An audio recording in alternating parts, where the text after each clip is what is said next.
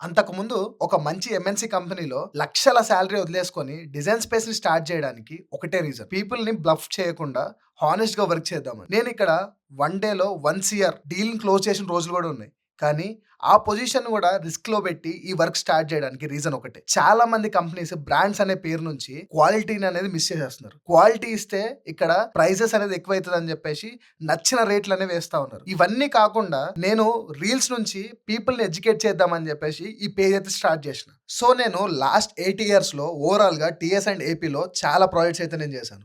Design స్పేస్‌లో works already చేపించుకున్న వాళ్ళు మనకి చాలా రిఫరెన్స్‌లు అయితే ఇస్తున్నారు. ఇక్కడ వర్క్ రిఫరెన్స్ అనేది పక్కకు పెడితే కొంచెం కొంచెంగా నాకు ఏదైతే నేను నమ్ముకొని వర్క్ చేశానో అదే నన్ను నిలబెడుతుంది. డిజైన్ స్పేస్ మెయిన్ ఫోకస్ ఏంది అనంటే ఇక్కడ మార్జిన్స్ కాదు. Design and quality. క్లయింట్స్ మనల్ని నమ్మి 900 కిలోమీటర్ల దూరం నుంచి కూడా వస్తున్నారు. ఇక్కడ దూరం అనేది డిస్టెన్స్ మాత్రం కాదు. వాళ్ళు డిజైన్ స్పేస్ మీద పెట్టుకున్న నమ్మకం. సో ఇయన్నీ పక్కకు పెడితే తెలంగాణలో మనం మంచి మంచి పొలిటీషియన్ ప్రాజెక్ట్స్ అండ్ మంచి మంచి హై రేంజ్ అపార్ట్మెంట్స్‌లో గాని మన వర్క్ అయితే చేసాం. ఇక్కడ క్వాలిటీ బాగుంది కాబట్టి మనకి ఇంత రిఫరెన్స్ వస్తుంది. డిజైన్ స్పేస్ కింద పేరైతే ఉంది. అందరికీ క్వాలిటీ ఇంటీరియర్స్ ఇద్దాం అనేదే నా ఇంటెన్షన్. అది అందరికీ దొరికేంత వరకు డిజైన్ స్పేస్ జర్నీ మాత్రం నేను ఆపను. మీకు ఇది ఎలా అనిపించిందో మాత్రం కామెంట్ బాక్స్‌లో పిన్ చేయండి. హలో డిజైన్ స్పేస్, చలో మళ్ళా నెక్స్ట్ రీల్‌లో కలుద్దాం.